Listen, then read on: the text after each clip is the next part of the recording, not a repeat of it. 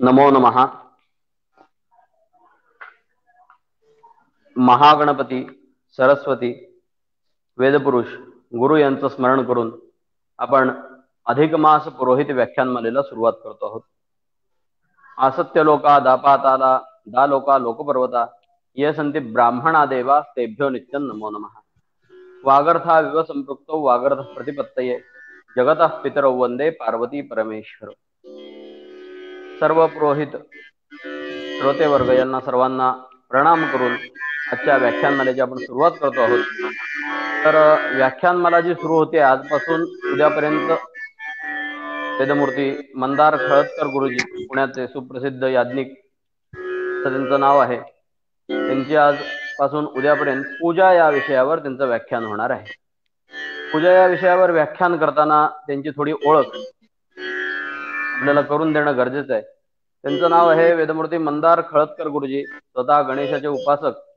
गेले 3 पिढ्या त्यांच्याकडे गणेश उपासनेची परंपरा आहे.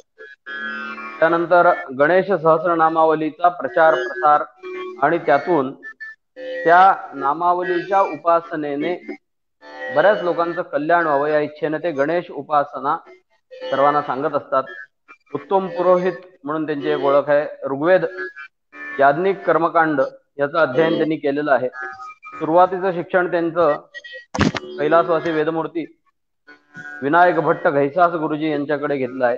त्यानंतर कैलासवासी वेदाचार्य पंडित श्री गजानन गोविंद फाटक गुरुजी म्हणजे नाना फाटक गुरुजी यांच्याकडे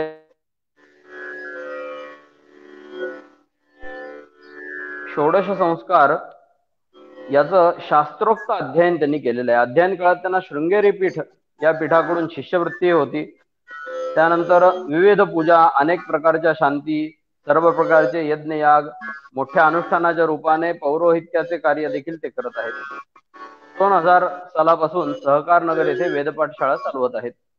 याज्ञिक विद्यार्थी त्यांच्याकडे बरेच विद्यार्थी शिकून गेलेत आणि अनेक विद्यार्थी यांचे वैशिष्ट्य कोणते तर अत्यंत शास्त्रोक्त पद्धतीने ते याज्ञिक करण्याचा विचार मांडत असतात. पौरोहित्यासाठी त्यांनी फक्त भारत किंवा पुणे असं मर्यादित न राहता अनेक देशात म्हणजे अमेरिका आहे, जर्मनी आहे, स्वित्झर्लंड आहे, युरोप आदी अनेक देशांमध्ये जाऊन त्यांनी पौरोहित्य हे कर्म केलेलं आहे. त्यानंतर गणेश पुराण, षोडश संस्कार, अथर्वशीर्ष याबद्दल विशेष प्रवचन आणि शंकराचार्यांची जी विविध स्तोत्रावली आहे त्याचं गायन विविध रागांमध्ये विविध चाली लावून स्तोत्रांचे शास्त्रोक्त गायन ते करतात.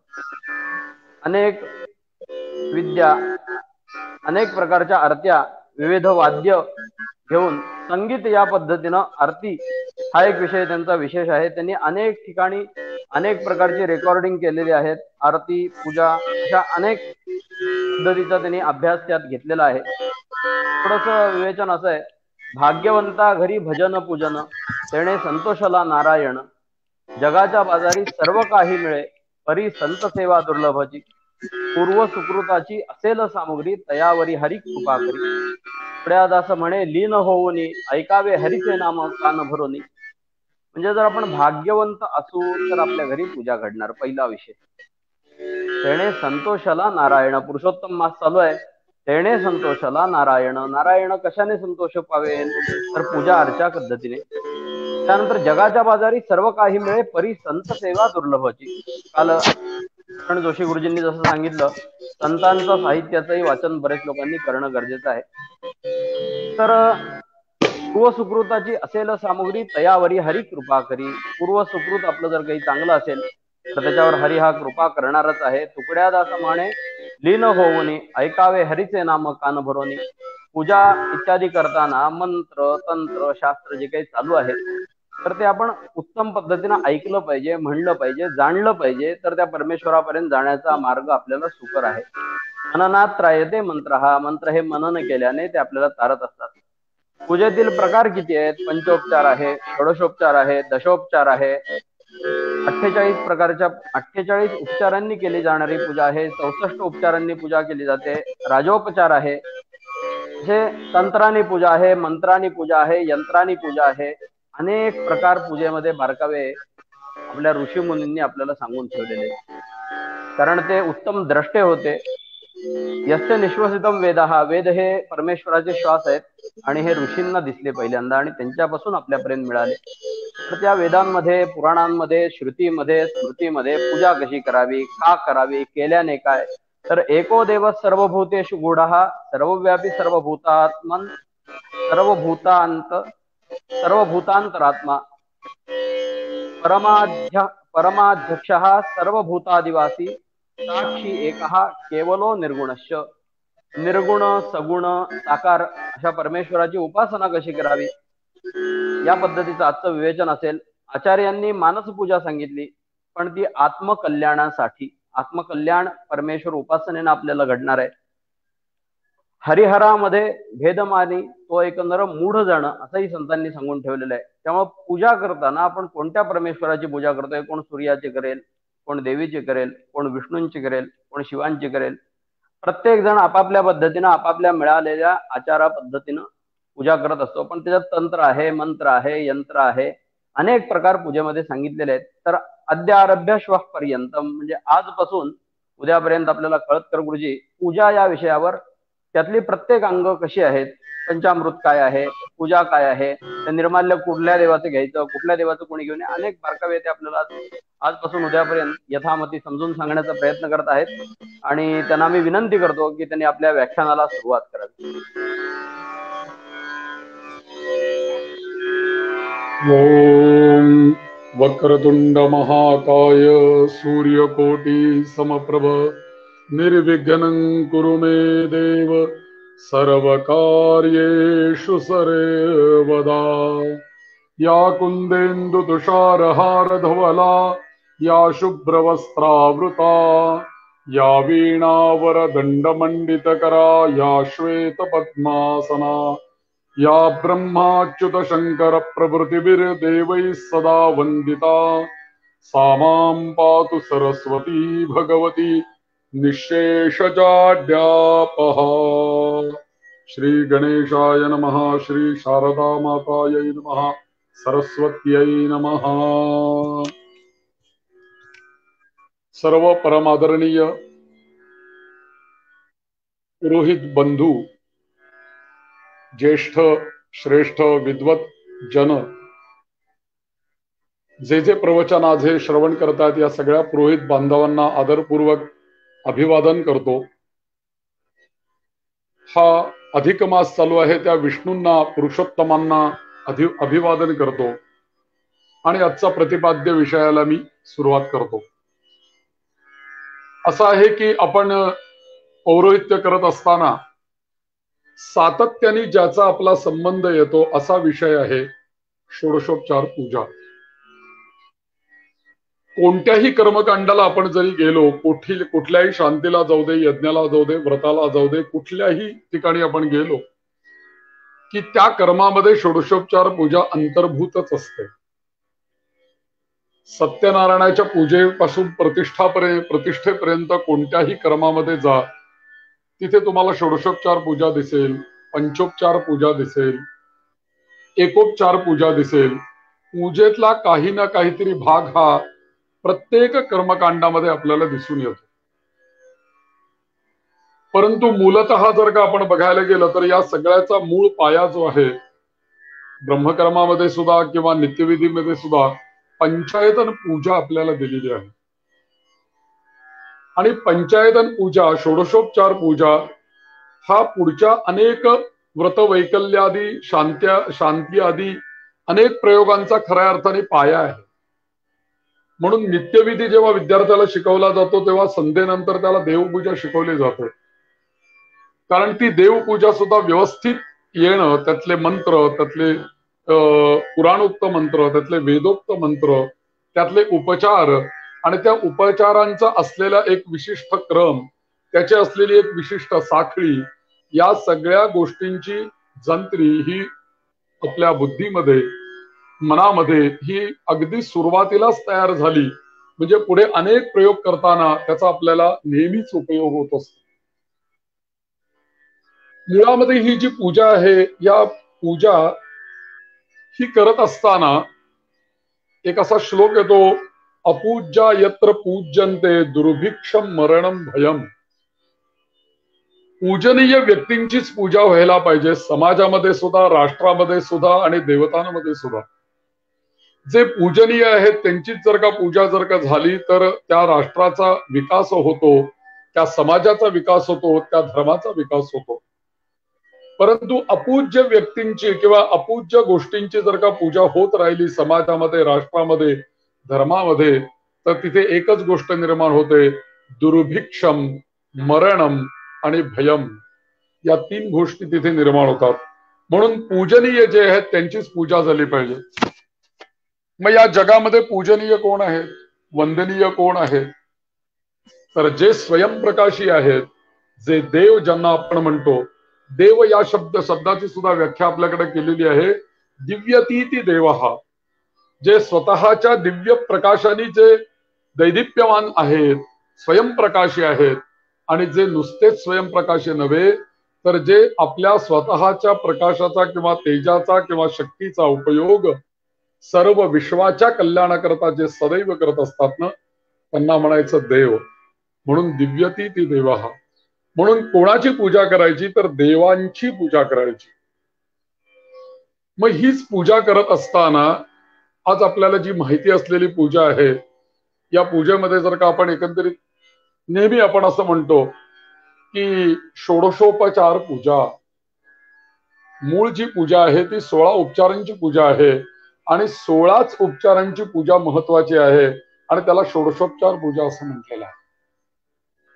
आपण कधी असं जर का मनामध्ये विचार केला की अहो, या सगळ्या पूजांमध्ये जरी 64 उपचारांची पूजा उपलब्ध असली, आज देवी भागवतासारख्या किंवा चंडिकोपास्ते ग्रंथामध्ये देवीची षोडशोपचार पूजा आज आपल्याला उपलब्ध आहे, 64 उपचारांची पूजा सुद्धा त्या ग्रंथांमधनं उपलब्ध आहे. पण नेहमीची जी आपली पूजा आहे ती नेहमीची पूजा षोडशोपचार पूजा. विशेष काही कारणाने आपल्याला जेव्हा पूजेमध्येच अजून विस्तृत पूजा जेव्हा करायची वेळ येते त्यावेळेला 16 चोक 64 म्हणजे असलेली षोडशोपचार पूजा ही चौपट पद्धतीने ती केली जाते. म्हणजे 16 चोक 64 म्हणजे 4 पट त्याची तीव्रता या पूजेची वाढलेली असते किंवा 4 पट त्या षोडशोपचारांचा विस्तार झालेला असतो. पण मूळ षोडश उपचाराच पूजा आहे. उदाहरणार्थ या 16 उपचारांमध्ये काही उपचार हे प्रधान उपचार आहेत, प्रमुख उपचार आहेत, आणि काही उपचार जे आहेत ते उपउपचार आहेत. म्हणजे आपण असं बघितलं की गंध हा जर का उपचार आपण या संपूर्ण 16 उपचारांमधला बघितला तर गंध हा 16 उपचारांमधला एक प्रमुख उपचार आहे. परंतु या गंधाच्या बरोबर त्या गंधामधलेच उपउपचार, मग गंधानंतर अक्षता आहेत, अक्षानंतर हळद कुंकू आहे, हळद कुंकानंतर नाना परिमल द्रव्य आहेत, अबीर गुलाल वगैरे या सगळ्या गोष्टी व्हायला जातात. या सगळ्या गंध या मूळ उपचाराच्या अंतर्भूत किंवा उपउपचारांमध्ये त्या गोष्टी आहेत. अशाच पद्धतीने जेव्हा 64 उपचार पूजा केली जाते त्यावेळेला मूळ 16 उपचार जे आहेत त्या मूळ 16 उपचारांच्या मध्येच उपचार येत जातात आणि मग सर्व मिळून ती पूजा 64 उपचारांची होऊन जाते. आपल्याकडे फारशी 64 उपचारांची पूजा केली जात नाही किंवा बघायला आपल्याला मिळत नाही. परंतु कर्नाटकामध्ये, साऊथकडे अनेक ठिकाणी आजही भगवतीची 16 उपचारांची पूजा होत असते. दरवर्षीच ते करत असतात. असो, पण या 16 उपचारांच्या पूजाच्या बाबतीत जर का आपण विचार केला तर 16 या संख्येला असं काय महत्व आहे की 16च उपचारांनी पूजा देवाला समर्पित करायची आहे. एक जर का आपण विचार केला तर 16 संख्येचं काय काय आहे आपल्याकडे. आपल्याकडे 16 संस्कार आहेत, आपल्याकडे षोडशोपचार पूजा आहे, आपल्याकडे दत्त महाराज जे आहेत, दत्तात्रेय यांचे अवतार सुद्धा झालेले आहेत, ते 16 आहेत. त्यानंतर षोडश वातींचा दिवा देवीला समर्पण केला जातो. तसं 16 संख्येला अनेक ठिकाणी महत्व आहे. मग या 16 संख्येला महत्व, षोडशोपचार 16 उपचारांचं महत्व या पूजेमध्ये काय आहे, तर याचं कारण एकच आहे की आपला जो देह आहे ना, हा देह हा 16 तत्वांचा बनलेला आहे आणि ज्या देहाच्या माध्यमातून आपण पूजा करतो ना, तो देह जेवढ्या तत्वांचा बनलेला आहे तेवढ्या तत्वांची ही पूजा आहे अगदी. म्हणून आपल्याकडे एक असा न्याय कायम सांगितला जातो बघा, अरे तू पूजा करतोयस ना, मग ती पूजा करताना यथा देहे तथा देवे अशी पूजा केली पाहिजे. तुझं जसं तू स्वतःच तुला जे आवडतं ते तू परिधान करतोस, जे आवडतं ते खातोस, जे आवडतं ते पितोस, मग तेच जसं ते तुला प्रिय वाटतं तसंच यथा देहे तथा देवे, जे तुला जसं योग्य वाटतं, आवडतं, रुचतं तेच तू देवाला समर्पण करू शकतो. असं कधीही होऊ शकत नाही की जे तुला आवडत नाही, जे तुला कसं तरी वाटतं आणि कसं तरी काहीतरी आहे म्हणून देऊन टाक देवाला, अशी पूजा नाही आपल्याकडे सांगितली. सांगताना सांगितलं की यथा देहे तथा देवे, म्हणजे आपल्या देहाचा संबंध षोडशोपचारांशी आहे, हे तर निश्चित आहे. पुढे मी पंचायतना हा विषय जेव्हा या पूजेमध्ये आज बोलणारच आहे, तर त्या पंचायतनाचा सुद्धा संबंध आपल्या देहाशीच आहे. आणि तो जर का आपल्या देहाशी संबंध नसता तर पिंड ते ब्रह्मांड याला काही अर्थ राहिला नसता. म्हणून प्रत्येक गोष्टीचा संबंध आपल्या शरीराशी आहे, आपल्या शरीरातल्या अंतर्गत शक्तींशी त्याचा संबंध आहे. तसा या 16 उपचारांचा संबंध मूळ आपल्या देहाशी आहे. तो कसा आहे बघा, 16 उपचार कसे होतात, तर आपला देह बनताना या देहाच्या ठिकाणी पंच ज्ञानेंद्रिय आहेत, पंच कर्मेंद्रिय आहेत आणि पंच तन्मात्रा आहेत. म्हणजे पंच ज्ञानेंद्रिय, पंच कर्मेंद्रिय आणि पंच तन्मात्रा, म्हणजे 5 अधिक 5 अधिक 5 बरोबर 15 गोष्टी इथे पूर्ण झाल्या. आणि या सगळ्या 15 गोष्टी ज्या आहेत शरीरातल्या, या चालवण्याकरता एक 16वी गोष्ट आपल्या शरीरात असणं आवश्यक आहे, ती म्हणजे या शरीरातलं चैतन्य, तेच म्हणजे आत्मस्वरूप. आणि जे या 15 गोष्टींना चालवणारं जे तत्व आहे ना, तोच खरा परमेश्वर आहे. म्हणून तुकाराम महाराजांनी ते एका वाक्यामध्ये सांगितलं, देह देवाचे मंदिर, आता आत्मा परमेश्वर, ईश्वर सर्व भूतानाम हृद्देशेर्जुन तिष्ठती. तो आत्मा रूपी परमेश्वर. म्हणून शंकराचार्य सुद्धा आपल्या मानस पूजेमध्ये असं म्हणतात, अरे बाह्य उपचार पूजा पण अंतरुपचार जेव्हा मानस पूजा शंकराचार्य सांगतात आपल्याला, तेव्हा ते पहिला शब्द वापरतात, आत्मा त्वं गिरिजामती सहचरा प्राणा शरीर ग्रहण. म्हणून पंच ज्ञानेंद्रिय, पंच कर्मेंद्रिय आणि पंच तन्मात्रा याची सगळ्याची बेरीज झाली 15. आणि या सगळ्या गोष्टी चालवणारं 16वं तत्व एक आत्मतत्व आपल्या शरीरामध्ये, जे ईश्वराचा ममैवांशो जीवलोके जीवभूत सनातन, ते ईश्वरीय तत्व, परमात्मा तत्व अंश रूपाने तुमच्या आमच्या शरीरामध्ये आहे आणि तोच परमेश्वर आहे. आणि म्हणून ते 16वं तत्व आहे. आणि म्हणून 16 उपचारांची पूजा आपल्याकडे सांगितली गेली. आता ही 16 उपचार पूजा करत असताना आपल्याला आपली पंच ज्ञानेंद्रिय वापरावी लागतात, पंच कर्मेंद्रिय वापरावी लागतात. अहो आपल्याला हात हे कर्मेंद्रिय आहे, पाय हे कर्मेंद्रिय आहे.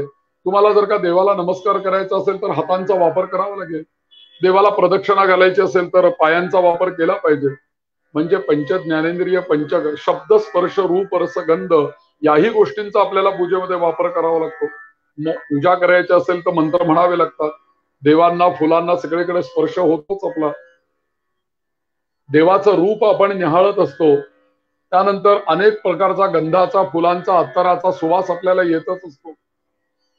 आपल्याला येतो म्हणजेच त्या परमेश्वराला येतो, असं या देहाचा या षोडशोपचारांशी संबंध आहे. म्हणून ही 16 उपचार पूजा अत्यंत 16 उपचारच पूजा का, याचं कारण हे आहे.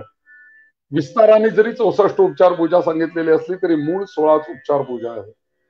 हा सेतू हिमाचल भारतामध्ये सगळीकडे षोडशोपचार पूजेचं महत्व आहे.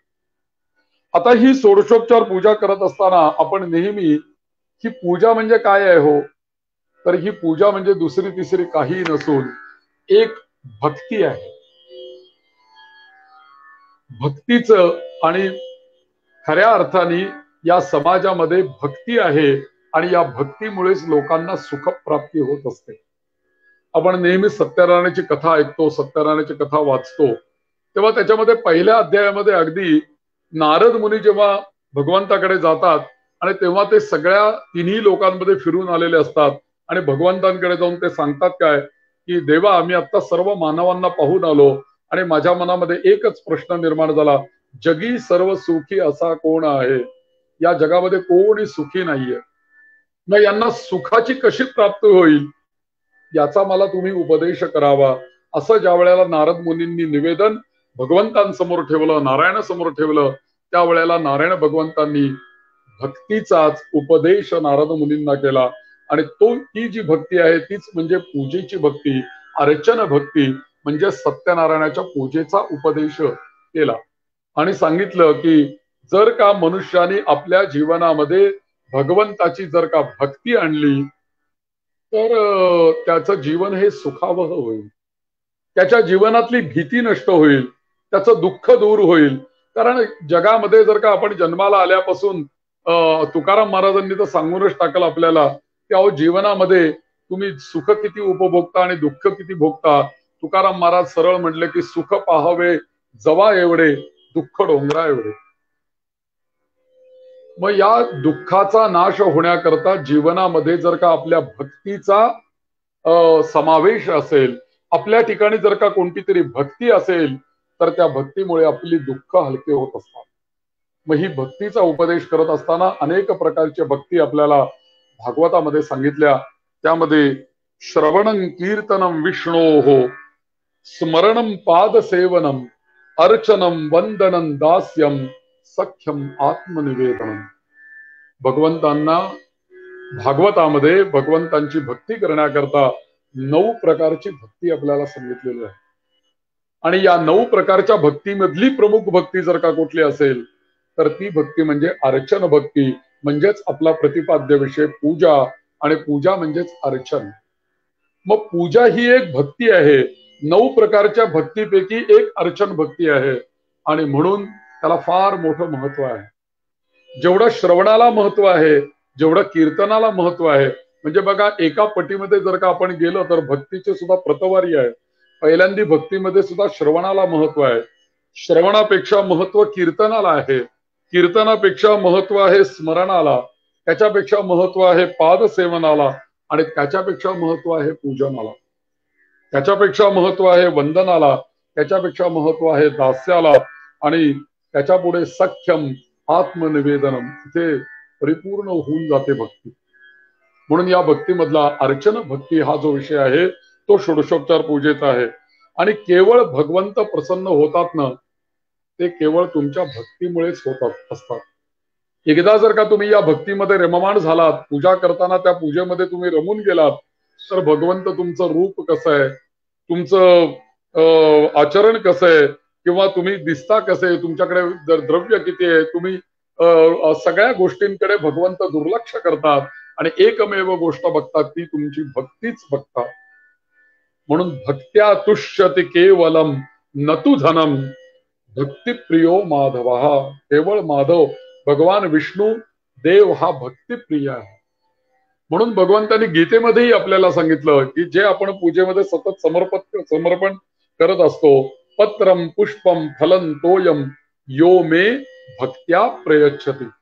मग तुम्ही पूजेमध्ये पत्री वाहता, पुष्प वाहता, फल वाहता, समर्पण करता, त्यानंतर पाणी अर्पण करता, हे सगळं मला तुम्ही देता, परंतु देत असताना त्याच्या मागे भगवंत काय बघतात, यो मे भक्त्या प्रयच्छति.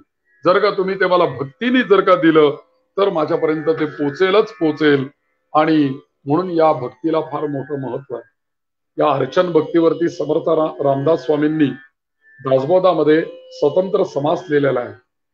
त्याच्यामध्ये असं त्यांनी म्हटलेलं एक वाक्य, काया वाचा आणि मने चित्ते वित्ते जीवे प्राणे सद्भावे भगवंत अर्चने, या नाव अर्चन भक्ती. म्हणजे भगवंताची अर्चन भक्ती करत असताना काय काय तुम्हाला समर्पण करायचंय, तुम्ही काया वाचा आणि मन या 3ही गोष्टींनी केलेली भक्ती, चित्त वित्त आणि जीव प्राण सुद्धा शेवटी देवाच्या कारणे प्राण सुद्धा अर्पावा म्हणणारे समर्थ रामदास स्वामी आहेत, असे म्हणणारे समर्थ आहेत. आणि या नावे अर्चन भक्ती असं समर्थांनी सांगितलेलं आहे. मग ही परमेश्वराची आपल्याला भक्ती करायची, ती अर्चन भक्ती करायची. आणि ही अर्चन भक्ती करत असताना प्रश्न असा येतो की आम्हाला अर्चन भक्ती करायची भगवंताची, पण कशी करायची, कुठे करायची? कारण भगवंताचं जर का स्वरूप आपण बघितलं तर कसं आहे, सहस्र शीर्षा पुरुष सहस्राक्ष सहस्रपात सभूमीम विश्वतो वृत्वा अत्यतिष्ठत दशांगुलम. सर्व ब्रह्मांडाला व्यापून असलेला भगवंत, चराचरी सगळीकडे तो आहेच. आणि भगवंताने अनेक वेळा सिद्ध केलेलं आहे, तुम्ही सर्वत्र आहे. अहो, भक्त प्रल्हादांच्या रक्षणाकरता भगवंत खांबातून प्रगट झाले, तेव्हा एखाद्या निर्जीव खांबामधनं सुद्धा मी असू शकतो आणि तिथून मला प्रगट होता येतं आणि दुष्टांचा संहार करता येतो, हेही भगवंताने दाखवलं. मग भगवंत सगळीकडे आहे. मग या भगवंतांची पूजा करण्याकरता आपण त्याचे सेवक आहोत. तो सेव्य आहे. हा सेव्य आणि सेवक भाव कुठेतरी जुळला पाहिजे. आणि म्हणून याच्याकरता काही प्रतीक ही आपल्याला मानावी लागतील आणि त्या ठिकाणी भगवंताची पूजा करावी लागेल. फार प्राचीन काळी मूर्तीपूजा आपल्याकडे नव्हती. मूर्तीपूजा खूप नंतर सुरू झाली. पण मूर्तीपूजा जरी सुरू झालेली असली तरी या मूर्तीपूजेच्याही आधी निर्गुण प्रतीकांची पूजा केली जात होती. जे पंचायतन मूळ जे आपल्याला बोलायचं आहे, पुढचा विषय तर येणार आहे त्याच्यामध्ये, तर त्यांची पूजा होती. पुढे पुढे पुराण काळामध्ये मूर्तींची निर्मिती झाली आणि मूर्तींची पूजा करू लागलो. परंतु मूर्ती ही लहान असू दे मोठी असू दे, किती मोठी याला महत्व नाहीये. चराचरामध्ये सर्व व्यापी असलेला परमेश्वर त्या मूर्तीमध्ये अंश रूपाने असतो आणि अंश रूपाने आम्ही जे त्याला उपचार समर्पण करतो ते उपचार त्या भगवंतापर्यंत पोहोचवण्याचं ते माध्यम असतं. त्या मूर्तीमध्ये संपूर्ण ब्रह्मांड आहे.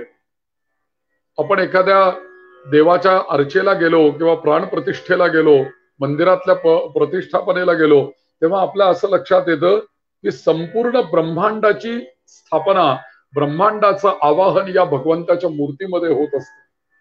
दोन प्रकारची दर्शन आहेत आपल्याकडे. एक आहे व्यष्टी दर्शन आणि एक आहे समष्टी दर्शन. व्यष्टी दर्शन या शब्दाचा अर्थ असा आहे की ब्रह्मांडाला चराचराला व्यापून असलेला भगवान परमात्मा हा या मूर्तीमध्ये समाविष्ट आहे आणि या मूर्तीमध्येच मी त्या परब्रह्माला पाहतोय. आणि दुसरी गोष्ट समष्टी दर्शन याचा अर्थ माझी जिथे जिथे दृष्टी जाईल त्या ठिकाणी हाच भगवंत सगळीकडे विराजमान आहे, जशी संतांची दृष्टी असते. आणि म्हणून हा सेव्य सेवक भाव कुठेतरी जुळावा म्हणून या आपल्या पुराणांनी त्याच्याही विषयी सांगितलं की अरे तुला देवाची पूजा करायची आहे ना, मग तुम्हाला प्रतीक सांगतो, कुठे कुठे तू देवाची पूजा करू शकशील. तर त्यांनी पहिलं सांगितलं अर्चायाम स्थंडिले. अर्चा म्हणजे मूर्ती, मूर्तीवर तुम्ही भगवंताची पूजा करू शकता. स्थंडिले म्हणजे स्थंडिलावरती अग्नी प्रज्वलित करून अग्नीमध्ये आपण हवन करतो, ती एक प्रकारची भगवंताची पूजाच आहे. बघा आपल्याकडे अनेक प्रकारचे जरी विराजमान देव असले तरी हे सगळे देव काही आपल्याला प्रत्यक्ष दिसत नाही. परंतु आपल्याला प्रत्यक्ष दिसणारे नक्कीच दोन देव आहेत की ज्या 33 कोटी असलेल्या देवतांमधले दोन देव आपल्याला नक्की दिसतात आणि आपल्याला दर्शन देतात आणि ते रोज दर्शन देतात. त्यापैकी पहिला देव आहे तो म्हणजे सूर्यनारायण आणि दुसरा देव आहे अग्निनारायण. अग्नी कोणालाही दर्शन देतो, सूर्य कोणालाही दर्शन देतो, म्हणून नक्की आपल्याला दिसणारे देव आहेत. म्हणून या थंडीलावरती तुम्ही जी आहुती देता ती एक भगवंताची पूजाच आहे. मग त्यांनी सांगितलं सूर्य वा, सूर्याच्या ठिकाणी तुम्ही देवतांची पूजा करू शकता. मग आपण सूर्य नमस्कार घालतो, अर्घ्य देतो, सूर्याला नमस्कार करतो. आणि सूर्याला प्रिय काय, नमस्कार तर प्रिय आहेत. नमस्कार प्रिय भानू. पाण्यामध्ये तुम्ही देवतांची पूजा करता, अपसू. त्यानंतर यापैकी काही जर का साधन नसेल तुमच्या जवळ आणि तुम्हाला घराच्या बाहेरच पडता येत नाहीये, अग्नी नाहीये, पाणी नाहीये, मग तुम्ही भगवंताची पूजा कुठे करणार? तर हृदय, आपल्या हृदयामध्ये भगवंत आहे. देवाचे मंदिर, आता आत्मा परमेश्वर, आपल्या हृदयामध्ये असलेल्या परमेश्वरालाच आपण आवाहन करून त्याच्याच ठिकाणी सगळे उपचार आपण समर्पित करू शकतो. द्रव्येण भक्ती युक्तोर्चेत स्वगुरुम माम मायया. तेव्हा केवळ भक्तीने स्वतःच्या गुरूंच्या ठिकाणी सुद्धा आपण या भगवंताची पूजा करू शकतो. म्हणून या 6 ठिकाणी आपण भगवंताचं स्वरूप मानून त्या ठिकाणी पूजा सुरू करू शकतो. अपस्वगनो हृदये सूर्ये स्थंडिले प्रतिमा सुच. म्हणजे या 6 ठिकाणी देवतांची आपण पूजा करू शकतो. आणि यामध्ये सुद्धा जेव्हा आपण मूर्ती पूजेकडे जातो तेव्हा मूर्ती सुद्धा कुठल्या कुठल्या असाव्यात याच्याविषयी आपल्याकडे एक श्लोक येतो चांगला. पहिली मूर्ती म्हणजे शैली, दगडाच्या मूर्ती तुम्ही ठेवू शकता. आता आपल्या देवघरामध्ये आपण जी मूर्ती ठेवतो या मूर्तीचं माप किती असावं, किती मोठी असावी ती मूर्ती. समजा आपण पाषाणाची मूर्ती किंवा धातूची मूर्ती आपल्या घरामध्ये आपण आणून ठेवली तर ती मूर्ती किती उंचीची असावी, तर ती मूर्ती जास्तीत जास्त अंगुष्ठ मात्र म्हणजे अंगठ्या एवढ्याच उंचीची मूर्ती आपण आपल्या देवघरामध्ये ठेवू शकतो. पण इथे आपण मूर्तीचे प्रकार बघू. शैली म्हणजे दगडाची मूर्ती आपण करू शकतो, दारूमयी लाकडाची मूर्ती करू शकतो, त्यानंतर लेही लेप्याच्या सैकती मनोमयी मणिमयी प्रतिमाष्टविधा स्मृता. 8 प्रकारच्या प्रतिमा आपण देवपूजेला घेऊ शकतो. मग त्याच्यामध्ये पाषाणाची प्रतिमा, लाकडाची प्रतिमा, काष्ठाची प्रतिमा, सुवर्णादी धातूंची प्रतिमा, मातीची प्रतिमा, वाळूची प्रतिमा, चित्र किंवा तस्वीर जे आपण चित्र काढून त्याची पूजा करू शकतो, वाळूची प्रतिमा, रत्नाची प्रतिमा आणि शेवटी मन. या 8 ठिकाणी वस्तूंपैकी इच्छेनुसार कशाचीही आपण मूर्ती तयार करू शकतो आणि त्याच्या ठिकाणी आपण भगवंताचं आवाहन करून त्या ठिकाणी आपण त्याचं पूजन करू शकतो. या मूर्ती पूजेला एक फार मोठं महत्व आहे बरं का. याचं कारण असं आहे की एवढ्या चराचरामध्ये व्यापून राहिलेला हा जो भगवंत आहे परमेश्वर, तुम्ही कल्पना करा की ज्याला सहस्र डोळे आहेत, सहस्राक्ष सहस्र पाहत, हजारो ज्याला पाय आहेत, अशा भगवंताला जर का तुम्ही पंचामृत स्नान घालायचं ठरवलं तर तुम्ही त्याला किती लिटर दूध वापराल, किती गॅलन तुम्हाला दूध वापरावं लागेल आणि तरी सुद्धा त्याचं स्नान त्याच्यामधनं होईल का? अहो त्या भगवंताला स्नान जरी पाण्याचं घालायचं आपण ठरवलं तर किती पाणी वापरावं लागेल, कुठे तुम्ही त्याची पूजा करत बसणार. म्हणून अशा वेळेला हाच भगवंत जर का तुम्ही या मूर्तीमध्ये, चित्रामध्ये, मण्यामध्ये त्याची जर का कल्पना केली आणि अंश रूपाने जर का त्या भगवंताला तुम्ही त्या मूर्तीच्या ठिकाणी जर का तुम्ही एखादा पदार्थ, एखादं द्रव्य जर का समर्पित केलं तर ते समर्पित केलेलं द्रव्य आपोआप त्या परमात्म्यापर्यंत जाऊन पोचतं. म्हणजे आपली संस्कृती जी आहे ना ती बिंदू पासून सिंधू पर्यंत जाणारी आपली संस्कृती आहे. आपण कर्म करायचं ते बिंदू एवढंच करायचं, ते पोचतं सिंधू पर्यंत आपोआपच. आकाशात पतितं तोयम यथा गच्छति सागरम सर्व देव नमस्कार केशवम प्रति गच्छति. शेवटी त्या परमात्म्यापर्यंत आपला तो उपचार त्या मूर्तीच्या माध्यमातून जाऊन पोचतो. एक साधी कल्पना करण्यासारखी याला एक दृष्टांत म्हणून मी तुम्हाला सांगतो की हे जे शास्त्रज्ञ सगळे जे संशोधन करतात ना ते काही वेळेला आपल्याला इथे बसून सांगतात, शास्त्रज्ञ नासा मधले किंवा सगळे, मंगळावरती माती आहे, मंगळावरती जीवसृष्टी आहे किंवा मंगळावरचं हवामान कसं आहे, चंद्रावरती हवामान कसं आहे, ते आपल्याला इथे बसून सांगतात. का तर त्यांनी त्याच्यावरती यानं पाठवलेली आहेत आणि त्या यानं पाठवल्यानंतर त्या मंगळावरती किंवा चंद्रावरती असलेली थोडी माती घेऊन ते यान इथे पृथ्वीवरती परत आलं आणि त्या मातीवरनं त्यांनी संशोधन केलं, त्या मातीचं रिसर्च केलं किंवा संशोधन केलं त्या मातीचं आणि त्या मातीवरनं ठरवलं की मंगळावरचं वातावरण कसं आहे, मंगळ कसं आहे, त्याच्यावरती ऋतू आहे की नाही, जनजीवन आहे की नाही, हे सगळं कशावरनं ठरवलं? एका मुठभर मातीवरनं. एवढ्या मोठ्या असलेल्या पृथ्वीपेक्षा कितीतरी पटीने असलेल्या मोठ्या असलेल्या मंगळाचं त्यांनी अनुमान त्या केवळ मुठभर मातीवरनं आपल्याला सांगितलं. हे जसं या व्यवहारामध्ये आपण या शास्त्रज्ञांकडनं अनुभवतो तेवढं एकच गोष्ट लक्षात घ्या की मूर्ती किती लहान आहे याला महत्व नाही, त्या मूर्तीमधनच या परमात्म्याचं आपल्याला दर्शन होत असतं. मूर्ती लहान आहे म्हणजे भगवंता लहान आहे, मूर्ती मोठी आहे म्हणजे तो मोठा आहे. किती मोठी मूर्ती करणार? छोटी जरी मूर्ती असेल तरी त्या भगवंताचा अंश त्याच्यामध्ये आहे, तो अंश माझ्यामध्येही आहे आणि तो अंश त्याच्यामध्येही आहे. म्हणून त्याची पूजा करायची आणि या 8 प्रकारच्या मूर्ती करून आपण त्याची पूजा करू शकतो. या 8ही प्रकार नसतील तर आपण मात्र आपल्या मनामध्ये सुद्धा त्यांची पूजा करू शकतो. मग जसं मी सांगितलं या 8ही प्रकारे पूजा करणं हे असताना स्वतःच्या पूजेमध्ये नित्य कोणाची पूजा असावी असा एक प्रश्न निर्माण होतो की बाबा ठीक आहे आम्ही देवाची मूर्ती पूजा करावी, हे झालं, संडेलावरती हवन करणं, सगळ्या गोष्टी झाल्या. मग आता आम्हाला आमच्या देवघरामध्ये नित्य पूजा करण्याकरता काय काय असावं? याला एक मोठी गोष्ट अशी आहे की आपल्या घरामध्ये पूजा करताना निश्चितपणे पंचायतन पूजा असावी. आपल्या घरामध्ये कायम पंचायतन असलं पाहिजे. पंच म्हणजे 5, अयन म्हणजे घर, असा आपण त्याचा अर्थ घेऊ. पंचायतन म्हणजे 5 देवतांचं वास्तव्य आपल्या घरामध्ये असलं पाहिजे. आपल्या देवघरामध्ये 5 देवता नक्की असायला पाहिजे. मग या 5 देवता कोणत्या आहेत की ज्या नक्की आपल्याला असायला पाहिजेत आपल्या घरामध्ये? गृहस्थ आश्रमाने या 5ही देवतांची पूजा केली पाहिजे. महत्वाची गोष्ट आहे. पहिली गोष्ट देवता आहे त्यातली आदित्यम गणनाथंच देवीम रुद्रंच केशवम. आदित्यम गणनाथंच देवीम रुद्रम च केशवम. 5 देवता झाल्या.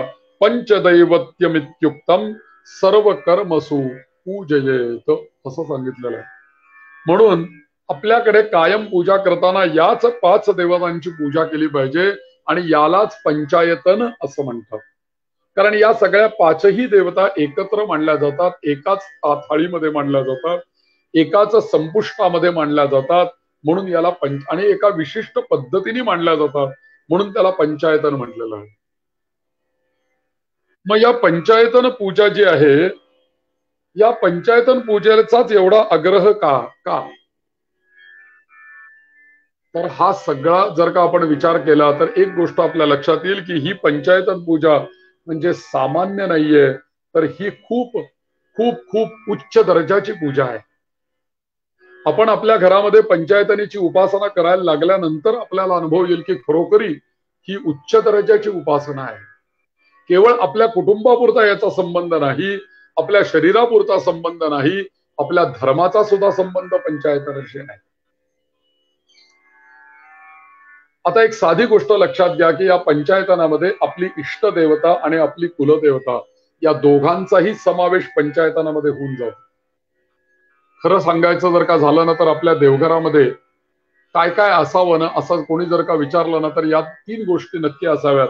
एक म्हणजे आपलं पंचायतन असावं, त्यानंतर आपली इष्टदेवता असावी. आता इष्टदेवतेचं असं आहे की इष्टदेवता ही व्यक्तिपरत्वे बदलू शकते. आपण पूजेमध्ये सुरुवातीला म्हणतो बघा, श्रीमन महागणाधिपतये नमः, इष्टदेवताभ्यो नमः.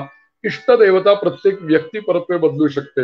वडिलांना मारुती आवडेल, मुलाला विष्णू आवडेल, आणखीन घरातल्या कोणाला आजोबांना शंकर आवडेल. व्यक्तिपरत्वे इष्टदैवत बदलू शकते, परंतु कुलदैवत मात्र कदापि बदलत नाही. म्हणून आपल्या घरामध्ये आपली कुलदैवतेची पूजा असलीच पाहिजे, इष्टदेवतेचीही असली पाहिजे. आणि या कुलदेवता आणि इष्टदेवता या दोघांचाही समावेश या पंचायतनामध्ये आपोआप होऊन जातो. हिंदू धर्माचं वैशिष्ट्य आहे की आपल्याला कुलदेवता प्रत्येक धर्म आपल्या बांधवांना सगळ्यांना सगळ्या कुलांना कुलदेवता आहेच. भले तुम्ही उत्तरेकडे युपी मध्ये जा, गुजरात मध्ये जा, भले कुलदेव त्या लोकांना सांगता येत नाही, लेकिन कुलदेवी हम बताते. गुजराती माणसाला एखादं विचारलं तर ते सांगतील अंबा माता हमारी कुलस्वामिनी आहे, कुलमाता आहे असं ते सांगतील. युपी मधले लोक सुद्धा कुलमाता सांगतात. बाकी आपल्याकडे महाराष्ट्रामध्ये वगैरे सगळीकडे 2-2 कुलदेवता सांगतात. एक असते योगेश्वरी, दुसरा असतो व्याडेश्वर, एक असतो खंडोबा, एक असते तुळजाभवानी, एक असतो केशव, एक असते लक्ष्मी. आणि या सगळ्यांचा समावेश बघा तुम्ही या पंचायतनामध्ये होऊन जातो. या पंचायतनामध्ये विष्णू आहे, त्यांचा केशव लक्ष्मी कुलदेवता आहे, त्यांचा केशव याच्यामध्ये आला. याच्यामध्ये खंडोबा हा रुद्र वंश आहे, त्यामुळे या पंचायतनामध्ये रुद्र आहे. ज्यांचा कुलदैवत गणपती आहे तो गणपती पण याच्यामध्ये आहे. ज्यांची कुलदेवी योगेश्वरी आहे, महालक्ष्मी आहे, सप्तशृंगी माता आहे, भवानी माता आहे, या सगळ्या माता यातल्या पंचायतनातल्या देवीमध्ये समाविष्ट होऊन जातात. म्हणून आणि इष्टदेवता ही कोणती असू दे, एखाद्याला जरी मारुती आवडत असला तरी आपल्या घरात जर का पंचायतन असेल तर मारुती हा सुद्धा रुद्राचाच अंश आहे, म्हणून तोही त्याच्यामध्ये आला. इतकंच नव्हे तर आपण ज्या वास्तूमध्ये राहतो त्या वास्तूमध्ये जर का आपण पंचायतन पूजा करत असू आणि त्याच्यामध्ये जर का शिवबाण असेल आणि त्या शिवबाणाची आपण पूजा करत असू तर त्या शिवबाणाचा संबंध आपल्या घरातल्या वास्तुपुरुषाशी सुद्धा असतो. कसा कारण वास्तुपुरुष जो निर्माण झालेला आहे मत्स्य पुराणातल्या कथेप्रमाणे शिवाच्या घर्मापासूनच वास्तुपुरुष निर्माण झालेला आहे. आणि म्हणून आपल्या वास्तुपुरुषाला सुद्धा बल हे शिव उपासनेनेच मिळत असते. म्हणून आपण आपल्या घरामध्ये शिवलिंगाची पूजा करणं, शिवाची पूजा करणं, रुद्राची पूजा करणं, त्याने आपल्या घरात जेवढे म्हणून रुद्रांश असतील त्या रुद्रांशांना पुष्टी मिळत असते. मग आपलं कुलदैवत खंडोबा असेल आणि आमच्या घरात बाणाची शिवबाणाची पूजा होत असेल तरी खंडोबाची तृप्ती त्यातनं आपोआप होत असते. ज्योतिबा कुलदैवत असेल तरी रुद्र बाणाची पूजा करून आपल्याला त्या कुलदेवतेचा आशीर्वाद त्या स्वरूपामध्ये प्राप्त करण्याची व्यवस्था या पंचायतनामध्ये. खरं सांगायचं ना तर एक जर का पंचायतन आमच्या घरामध्ये जर का असेल ना तर फक्त ध्यान करण्याकरता ओंकार देवघरामध्ये असावा. आणि फार तर ज्याची उपासना जे सद्गुरू आपल्याला आहेत, जे आपल्याला सदैव मार्गदर्शन करणारे गुरु आहेत, या गुरूंचं काहीतरी चरण पादुका म्हणा किंवा फोटो आपल्या घरामध्ये असावा. बाकी काही आपल्या देवघरामध्ये नसलं तरी सुद्धा चालू शकेल. इतकं या पंचायतनाला महत्व आहे. आणि पूर्वीच्या काळी असंच असे, पंचायतनालाच महत्व होतं. प्रत्येकाच्या घरी पंचायतन होती आणि आजही कित्येक लोक पिढ्यानपिढ्या पंचायतनाची उपासना घरोघरी करतायत. या पंचायतनाचा संबंध जर का आपण बघितला तर पाच पंचायतन आपल्याकडे उपलब्ध आहेत. शिवपंचायतन आहे, विष्णू पंचायतन आहे, गणेश पंचायतन आहे, सूर्य पंचायतन आहे, देवी पंचायतन आहे. मग या पंचायतनाचा संबंध आपल्या शरीराशी कसा आहे, या ब्रह्मांडाशी कसा आहे, त्याचा एक थोडा जर का आपण बारकाईने विचार केला की एवढा पंचायतन पूजेचा आग्रह का धरलेला आहे. एक आध्यात्मिक दृष्ट्या आपण बघूया की आपण म्हणतो पिंडी ते ब्रह्मांडी. मग हे सगळं जे ब्रह्मांड आहे हे ब्रह्मांड कशापासून बनलेलं आहे, तर हे ब्रह्मांड बनत असताना याच्यामध्ये महत्वाची जर का कुठली गोष्ट असेल तर हे ब्रह्मांड पंच महाभूतांपासून बनलेलं ब्रह्मांड आहे. म्हणून या संपूर्ण ब्रह्मांडामध्ये पंचमहाभूतांचा हा सगळा विस्तार आहे. पंचमहाभूत कोणती हो? पंचमहाभूत म्हणजे पृथ्वी, अप, तेज, वायू आणि आकाश. वेदाने सुद्धा आपल्याला असं सांगितलेलं आहे की पहिल्यांदा आकाशच होतं, आकाशातनं वायू निर्माण झाला,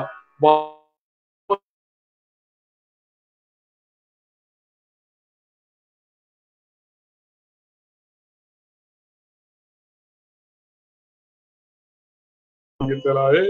आणि म्हणून या आपल्या ब्रह्मांडाची उत्पत्ती सुद्धा या पंचमहाभूतांच्या आकाश तत्वापासूनच आपली निर्मिती झालेली आहे.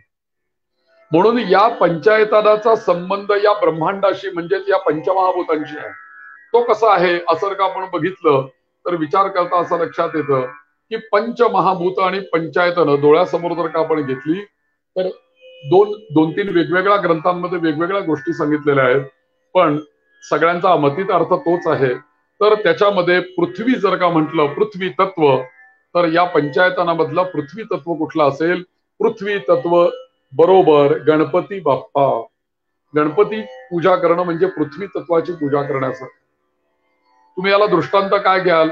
बघा, तुम्ही दरवर्षी पार्थिव गणेशोत्सव करता तेव्हा गणपतीची मूर्ती तुम्ही पार्थिवाची म्हणजे मातीचीच करता, म्हणून पृथ्वी तत्व म्हणजे गणपती आहे. दुसरं, पृथ्वीनंतर कुठलं येतं? अपतत्व. आपी वसे नारायण, आपामध्ये नारायणाचा निवास आहे. क्षीरसागरामध्ये तळाशी शेषशाही भगवान विष्णू पोहोडलेले आहेत, लक्ष्मी त्यांची पाय चेपते आहे. म्हणजे आपतत्वामध्ये परिपूर्ण निवास करणारे नारायण हे अपतत्वाधिपती आहेत. मग नारायणाची पूजा करणं, विष्णूंची पूजा करणं म्हणजे आपतत्वाची पूजा करणं. गणेशाची पूजा करणं म्हणजे पृथ्वी तत्वाची पूजा करणं. आता पुढे पृथ्वी आप तेज तत्व आलं. मग या पंचायतनामध्ये तेज तत्व कुठे आहे? तर या पंचायतनामध्ये सूर्यनारायण जो आहे तो तेज तत्वाधिपती आहे. मग तुम्ही सूर्यनारायणाची पूजा करणं म्हणजे तेजाची पूजा करणं. बरेच वेळेला आपल्या घरामध्ये मूर्ती बऱ्याच आपल्याकडे असतात. एक गोपालकृष्ण आपल्या घरी नक्की असतो. तो आपल्या विवाहामध्ये आपल्या सासरकडनं आलेला बाळकृष्ण आणि अन्नपूर्णा येतेच प्रत्येकाच्या घरामध्ये, ती एक असते. म्हणजे आपल्या घरामध्ये गणपतीची मूर्ती असते, बाळकृष्णाची मूर्ती असते. कृष्णस्तू भगवान स्वयं म्हणजे तो एक विष्णूच आहे, अन्नपूर्णा देवी आहे. एखादी शिवपिंड असते, एखादी गणपती असतो. म्हणजे गणपती, विष्णू आणि देवी आपल्या घरामध्ये झाली. त्यानंतर आपल्या घरामध्ये शंकराची पिंडी असते, फक्त आपल्या घरामध्ये नसतं काय तर या बऱ्याच ठिकाणी बघितल्यानंतर असं लक्षात येतं की सूर्यनारायणाचं त्याच्यामध्ये कुठलीही मूर्ती नसते किंवा प्रतीक नसतं. खर तर पंचायतन पूर्ण हे पाचही देवता असल्याशिवाय होत नाही, म्हणून आपल्या घरामध्ये सूर्यनारायणाचं काही ना काहीतरी प्रतीक हे असलंच पाहिजे. ते काय असलं पाहिजे आपण पुढे बघणार आहोत. पण आता आपल्याला असं आहे की तेज तत्वाची पूजा म्हणजे सूर्यनारायणाची पूजा. सूर्यनारायणाची पूजा पंचायतनातली म्हणजे तेज तत्वाची पूजा. मग पृथ्वी आप तेज झालं, त्यानंतर येतं वायू तत्व. मग वायू तत्व अधिष्ठात्री कोण आहे तर शक्ती आहे. म्हणून देवीची पूजा जेवढी आपण करत राहू तेवढं वायू तत्व हे पुष्ट होत राहतं. वायू तत्वाची निसर्गातल्या पूजा होत राहते. त्यानंतर म्हणजे पृथ्वी झाली, अपतत्व झालं, तेज तत्व झालं, वायू झाला आणि त्यानंतर येतं आकाश तत्व. मग आकाश तत्व जर का आपण आपल्या पंचायतनातली शंकराची जर का पूजा करत गेलो तर ते शंकर म्हणजे शिवशंकर म्हणजे रुद्र म्हणजे आकाश तत्व आहे. म्हणून जेवढी आपण शंकरांची पूजा करू तेवढं आकाश तत्व हे पुष्ट होत राहतं आणि आकाश तत्व संतुष्ट होत राहतं. म्हणजेच आपण या पाचही देवतांची पूजा आपल्या घरामध्ये करणं म्हणजे या पंचमहाभूतांची पूजा केल्यासारखी आहे. की ज्याच्यापासून आम्ही निर्माण झालो, ज्याच्यापासून हे ब्रह्मांड निर्माण झालं, त्या ब्रह्मांडाची आणि त्या आपण ज्याच्यापासून निर्माण झालो त्या तत्वांची पूजा नित्य करणं आपल्याला क्रमप्राप्त आहे. त्या तत्वांच्या असले तत्वांचं जे आपल्यावरती ऋण आहे ते ऋण अंशतः का विना आपण फेडण्याचा प्रयत्न केला पाहिजे. अहो तुम्ही एक साधी गोष्ट लक्षात घ्या की आपला देह सुद्धा जो आहे ना तो पंचमहाभूतांचा बनलेला आहे. आपल्या देहामध्ये पंचमहाभूत आहे. गरुड पुराणामध्ये जर का तुम्ही बघितलं ना तर तुम्हाला ह्या गोष्टी सूक्ष्म रूपाने वाचायला मिळतील की कशी पंचमहाभूत तुमच्या शरीरामध्ये आहेत. गरुड पुराणामध्ये असं सांगितलेलं आहे की तुम्ही मांडी घालून जर का ध्यानस्थ बसलात तर तुमच्या कमरेपासून ते पायाच्या तळव्यापर्यंतचा जो भाग आहे ना हा सगळा भाग हा पृथ्वी तत्वाचा भाग आहे. विराट पुरुषाची जर का कल्पना केली तर विराट पुरुषाच्या नाभी कमलापासून तळव्यापर्यंत सगळी पाताल आहेत आणि विराट पुरुषाच्या नाभीपासून मस्तकापर्यंत सगळे सप्त लोक आहेत.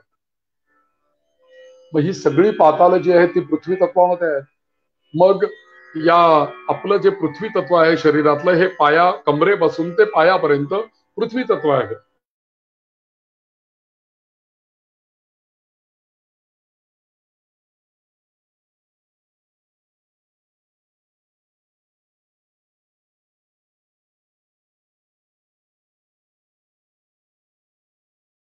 तत्वाचा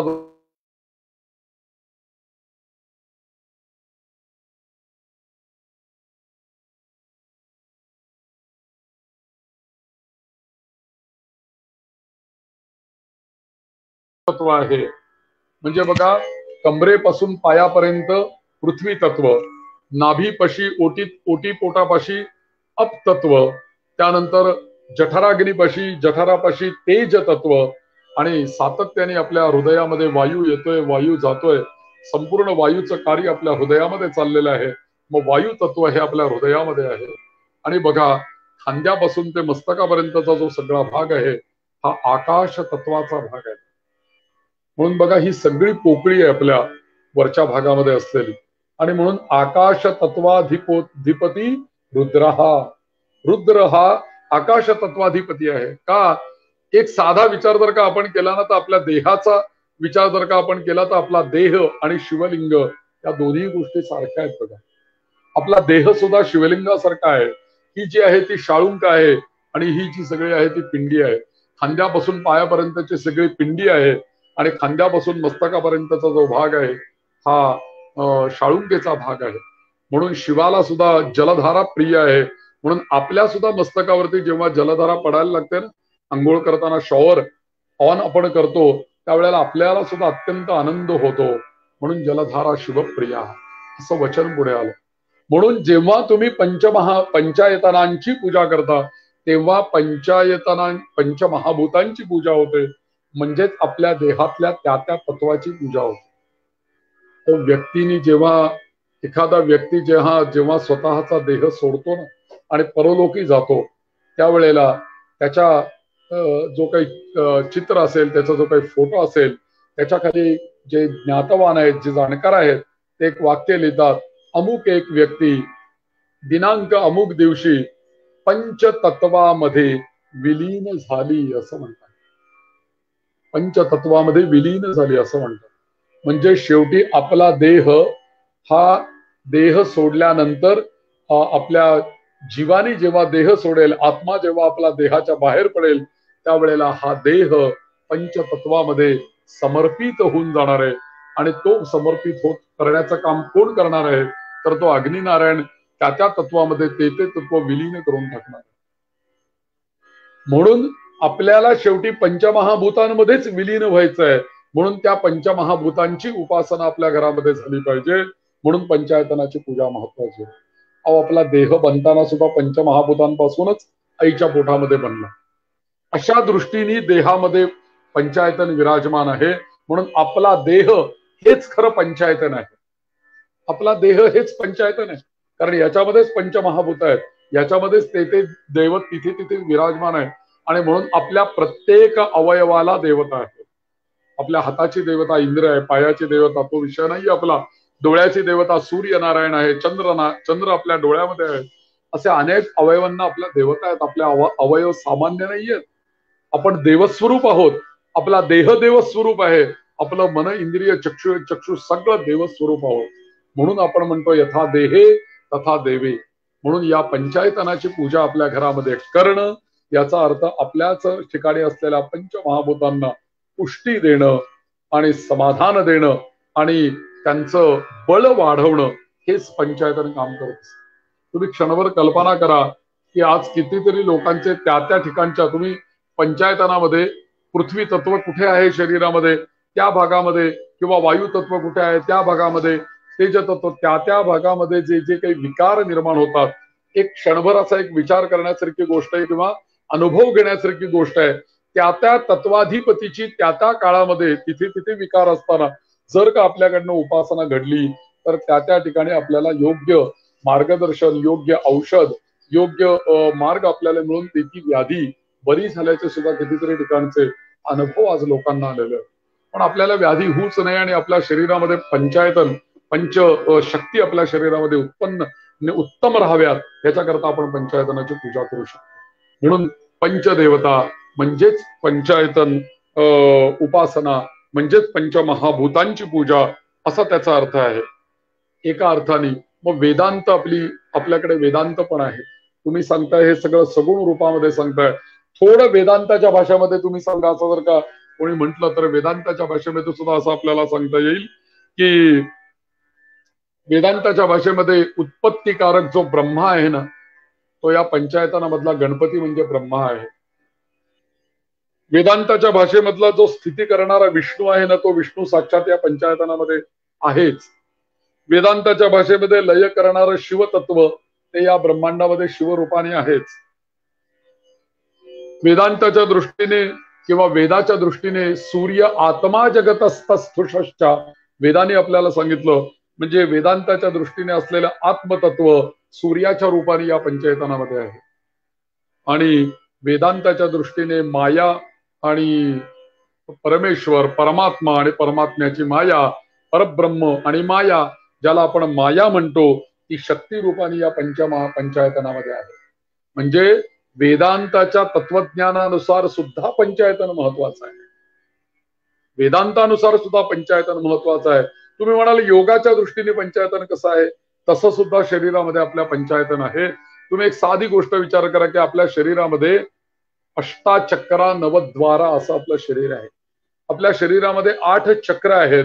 आपल्या शरीरामध्ये मूलाधार चक्र आहे, स्वाधिष्ठान चक्र आहे, मणिपूर चक्र आहे, विशुद्धी चक्र आहे, आज्ञा चक्र आहे, सहस्रार चक्र आहे. या प्रत्येक चक्रामध्ये अक्षर आहेत, प्रत्येक चक्रामध्ये देवता आहेत. या आपल्याला सगळ्या माहिती आहेत. आणि म्हणून अथर्वशीर्षामध्ये आपण म्हणतो त्वम मूलाधार स्थितोसी नित्यम. गणपतीची आपण उपासना करतो म्हणजे आपणच आपल्या मूलाधारामध्ये असलेल्या गणपतीची उपासना करतोय. आपल्याला जर का अध्यात्मामध्ये परमार्थामध्ये जर का प्रगती करायची असेल तर मूलाधारामधला असलेला गणेश आपल्याला प्रसन्न व्हावाच लागेल. त्याला त्याच्या प्रसन्नतेशिवाय कोणतंही कर्म आपलं यशच पावणार नाही. आणि आपल्याला म्हणून समर्थांनी एका वाक्यामध्ये गणपतीच्या बाबतीत सांगितलं की सुख करता दुःख हरता हे पहिलं वाक्य सांगितलं. आणि आरतीच्या शेवटी समर्थ म्हणतात की संकटी पावावे निर्वाणी रक्षावे. प्रारंभ पण गणपती आहे आणि अंत पण गणपती आहे. साधनेमध्ये सुद्धा मूलाधारापासून साधना सुरू होते, सहस्रार चक्राला जाऊन साधना संपते आणि ज्या वेळेला साधना संपते त्यावेळेला सहस्रार चक्रामध्ये राहणारे शिव, या शिवांना जीव शिवाचं मिलन आपल्या मस्तकामध्ये होत असतं. पण त्याचा प्रारंभ होतो तो मूलाधारापासून होतो. म्हणजे कल्पना करा की या अध्यात्माच्या दृष्टीने, योग दृष्टीने हे पंचायतन आपल्या शरीरामध्ये कसं विराजमान आहे, तर मूलाधारामध्ये गणपती विराजमान आहे, स्वाधिष्ठान चक्रामध्ये भगवान विष्णू विराजमान आहेत, सहस्रार चक्रामध्ये भगवान शिव विराजमान आहेत, रुद्र विराजमान आहेत. त्यानंतर आपल्या आज्ञा चक्राच्या ठिकाणी सूर्यनारायण विराजमान आहे, सूर्य आपल्या या ठिकाणी विराजमान आहे. आणि संपूर्ण या मूलाधारापासून सातत्याने शिवाला भेटायला जाणारी जगदंबा जी आहे, जी शक्ती आहे, ती सूक्ष्म रूपाने आपल्या या संपूर्ण सहस्रारापासून मूलाधारापर्यंत आपल्या शरीरामध्ये सतत प्रवाह करत असते. आणि तिचा एकच ध्यास आहे की मला त्या शिवाला भेटायचंय, मला त्या शिवाला भेटायचंय. म्हणून ती सतत त्या शिवाला भेटायला जात असते. आणि कधीतरी कुठल्या तरी देहामध्ये, कधीतरी कुठल्या तरी जन्मामध्ये गुरुकृपेने आपल्याला जीव शिवाचं मिलन त्या ठिकाणी होत असतं आणि त्या ठिकाणी पंचायतन खऱ्या अर्थाने ते पूर्ण होत असत. म्हणून बघा, गणपती हा आरंभ आहे, शिव ही समाप्ती आहे. म्हणून शिवाला फार मोठं महत्व आहे. असं म्हटलेलं आहे आपल्याकडे की जर का आपल्याला एखाद्याला आपली कुलदेवता जर का माहिती नसेल ना, तर त्याने बेलाशक शिव हे कुलदैवत मानावं. ज्याला गोत्र माहित नाही ना त्याने काश्यप गोत्र लावावं. आणि ज्याला कुलदेवी माहित नाही ना त्याने पार्वतीला आपली कुलदेवता मानावी. वागर्थाविव संप्रक्तो वागर्थ प्रतिपत्तये जगत पितरौ वंदे पार्वती परमेश्वर. म्हणून पार्वती आणि परमेश्वर या दोघांचाही निवास या पंचायतनामध्ये आहे. म्हणून या पंचायतनाची पूजा केल्याबरोबर कुलदेवतेची ही पूजा होते. आपली जी इष्टदेवता आहे त्या इष्टदेवतांचीही पूजा होते, पंचमहाभूतांची पूजा होते, पंचतत्वांची पूजा होते, सगळ्यात पंच गोष्टींची पूजा या पंचायतनामध्ये आपोआप होऊन जाते. आणि आपलाच देह अंतर्बाह्य समृद्ध होऊन जातो. हा सगळा आध्यात्मिक अर्थ या पंचायतनामध्ये तर आहेच आहे. पण जाता जाता एक गोष्ट सांगून टाकतो की हे पंचायतनाचा विसर आपल्याला खूप वर्षापूर्वी पडला होता. म्हणजे अवतार आचार्यांचा होण्यापूर्वी आपल्याला या पंचायतनाचा विसर पडलेला होता. विसर पडलेला होता म्हणजे काय, की आम्ही सगळे आमचंच दैवत श्रेष्ठ मानत होतो. म्हणजे 5 संप्रदाय आपल्याकडे खूप मोठे होते आचार्यांचा अवतार होण्यापूर्वी. एक होता वैष्णव संप्रदाय, एक होता शिव संप्रदाय, एक होता गणेश संप्रदाय, एक होता सूर्य संप्रदाय आणि एक होता शाक्त संप्रदाय. आणि प्रत्येक जण म्हणत होता की माझंच दैवत श्रेष्ठ आहे, माझंच दैवत परमात्मा स्वरूप आहे, तुझं दैवत कनिष्ठ आहे. आणि हाणामाऱ्या चालल्या होत्या, भांडणं चाललेली होती. परंतु स्वतःचा संप्रदायापेक्षा स्वतःचा धर्म जपणं खूप महत्वाचं आहे. म्हणून संप्रदाय सुद्धा एकत्र येतील, ते कसे येतील याचा विचार आचार्यांनी केला. आणि आचार्यांनी पंचायतन पूजेला प्राधान्य दिलं. आचार्यांनी सगळ्यांना आपल्याला उपदेश दिला. शंकराचार्यांनी, आद्य शंकराचार्यांनी आपल्याला सांगितलं की अरे तुम्ही भांडू नका, तुम्ही पंचायतन पूजा करा. पंचायतन पूजा म्हणजे सगळी एकाच ईश्वराची पूजा आहे आणि एकच आहेत सगळेजण. बरं तुला ठीक आहे विष्णू आवडतो ना, तू असं कर, विष्णू मध्ये ठेव, उरलेल्या 4 देवता बाजूला ठेव, त्याला विष्णू पंचायतन म्हण. तुला काय सूर्य आवडतो का, मग सूर्य मध्ये ठेव, उरलेल्या 4 देवता त्याच्या बाजूला म्हणतो टाक, त्याला सूर्य पंचायतन म्हण.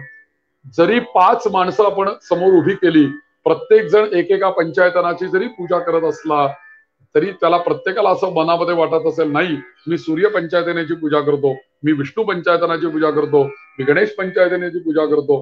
पण अंती बघायला जर का गेलं तर सगळेजण सारख्याच देवतांची पूजा करतात. क्रमाने भिन्न असतील पण सगळे त्याच देवता आहेत, त्याच्या बाहेर तर काही जाऊ शकत नाही.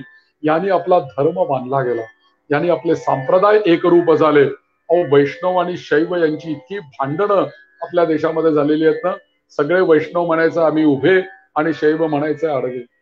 कित्येक वैष्णव मी पुस्तकात वाचलेले की एक वैष्णव होता, तो म्हणाला की मी जर का कधी आडवा झालो तर मी शैव होईल आणि मला पाप लागेल, म्हणून मी कधीही आडवा होणार नाही. माझ्या घरातली सारवण ही उभी असेल, मी गंध लावेन ते उभं लावेन. अहो, मी झोपणार तो आडवा होऊन झोपणार नाही. दोन भिंती एकत्र येतात तिथे उभा राहून मी झोपीन, कारण मी वैष्णव आहे. मी आडवा झोपलो तर मी शैव होईल. पण कधी ना कधीतरी याला एवढा हट्ट करून करून करून करून कधीतरी त्याला आडवा व्हावंच लागलं ना, कधीतरी शैव व्हावंच लागलं ना. अशी स्थिती आहे. म्हणून अगदी विष्णू हे नाव सुद्धा मुखामध्ये येऊ नये किंवा शिव हे नाव सुद्धा मुखामध्ये येऊ नये म्हणून वैष्णव मनुष्य पूर्वी जेव्हा शर्ट शिवायला जात असे किंवा काही शिवण काम करायला एखाद्या शिंप्याकडे जात असे, त्यावेळेला तो स्वतःच्या तोंडामध्ये हे मला शिवून दे असं म्हटलं की शिव शब्द येतो, पाप लागेल. म्हणून तो वैष्णव काय म्हणत असे, हे कापड घे आणि मला माझा शर्ट वैष्णवून दे असं म्हणत असे. तो म्हणायचा शिवश्य, मला शर्ट शिवून दे असं म्हणायचं नाही, वैष्णवून दे. इतकी भांडणं आपल्याकडे प्रसिद्ध होऊन गेलेली आहेत.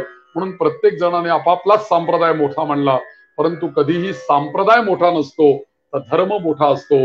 म्हणून तो धर्म जागृत करणं हे आचार्यांनी काम 8व्या शतकामध्ये केलेलं आहे. आणि म्हणून आद्य शंकराचार्यांनी आपल्याला ही पंचायतन उपासना दिलेली आहे. म्हणून आज आपण सगळ्या पुरोहित बांधवांनी आपल्या स्वतःच्या घरी तर आपण करू शकतोच, आपण ज्ञातवान आहोत, आपल्याला पंचायतन पूजा माहितीच आहे, सगळ्याच गोष्टी आपल्याला माहिती आहेत.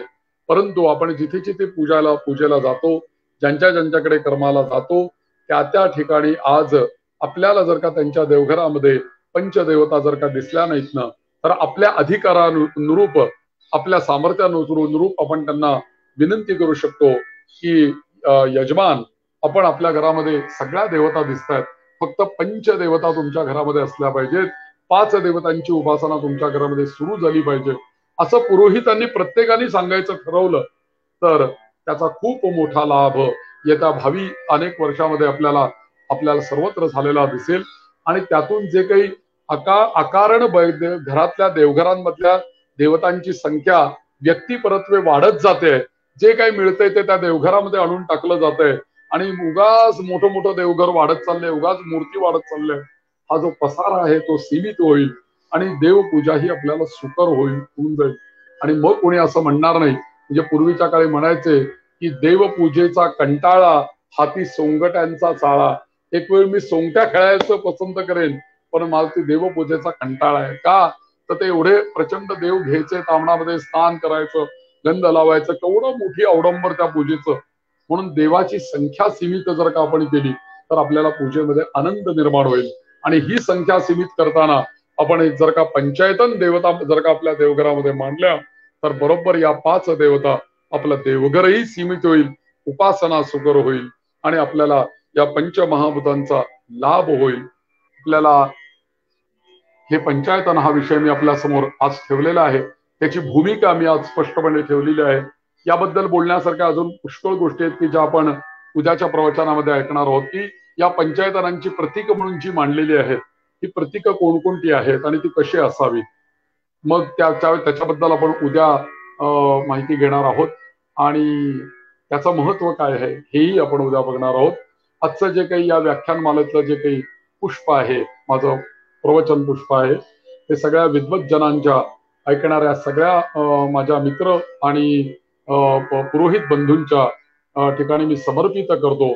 सर्वांना यावतीर वे देवता असता सर्व वेदविधी ब्राह्मणे वसंती तस्मात ब्राह्मणेभ्यो वेद विद्यो दिवे दिवे नमस्कुर्यान्ना श्लीलं कीर्तये देता एव देवता प्रीणाती. सर्व ब्रह्मवृंदांना मनापासून मी वंदन करतो आणि माझी प्रवचन सेवा या नारायणाच्या चरणी अर्पण करतो. मंगलमूर्ती मोरया आर्य सनातन वैदिक हिंदू धर्म की जय. धन्यवाद खरतर गुरुजी. आज षोडशोपचार पूजा आणि देवपूजा याबद्दल बोलताना खळदकर गुरुजींनी यथा देहे तथा देवे 16 तत्वांनी देह बनला आहे, त्या देहाचं देव हे परमात्मा म्हणजे अंतरात्मा परमेश्वर, आज जो आत्मा आहे तो परमेश्वर आहे. भक्ती करावी, श्रवणम कीर्तनम विष्णुस्मरणम पादसेवनम अर्चनम वंदनम दास्यम सख्यम आत्मनिवेदनम. भक्तीचे किती प्रकार आहेत, परमेश्वर भक्तीने कसा संतुष्ट होतो.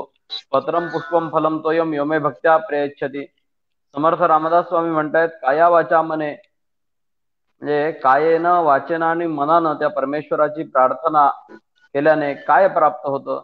अर्चन भक्ती, विराट पुरुषाचं वर्णन, यष्टी समष्टी दर्शन पद्धती, त्यानंतर मूर्ती, अग्नी, सूर्य, नमस्कार प्रियो भानु, म्हणजे सूर्य देवतेला काय आवडतं, विष्णू देवतेला काय आवडतं, शिवाला काय आवडतं, अशा पद्धतीचा एक श्लोक आहे, त्याचा विचार. त्यानंतर मूर्तीचे प्रकार, मूर्ती किती प्रकारच्या आहेत. त्यानंतर संस्कृती ही जी आहे आपली पूजा पद्धतीत, संस्कृती हा जो विषय आहे, तर बिंदू पासून सिंधू पर्यंत पूजा कर्म कसं वाढवत जावं आणि काय करावं याबद्दल एक विचार मांडला. त्यानंतर पंचायतन पूजा, पंचायतनामध्ये कोण कोण देवता आहेत, आदित्य आहे, गणपती आहे, देवी आहे, रुद्र आहे, केशव आहे. या 5 देवतांची नित्य पूजा केल्याने काय फल आहे. देवघरात काय असावं, पंचायतन असावं, इष्टदेवता, आराध्य देवता, म्हणजे अनेक अशा बारीक बारीक विचारांचा त्यांनी आपल्यापर्यंत. त्यानंतर वेदांत काय म्हणतंय किंवा शरीरशास्त्राचं म्हणजे योगशास्त्राने काय मानलंय किंवा काय मांडलंय याबद्दलचा त्यांनी अत्यंत उत्तम विवेचन केलेलं आहे. तर मी त्यांना धन्यवाद देतो. सर्वेपि सुखिनः सन्तु, सर्वे सन्तु निरामयाः, सर्वे भद्राणि पश्यन्तु, मा कश्चित् दुःखमाप्नुयात्. ओम शांती शांती शांती.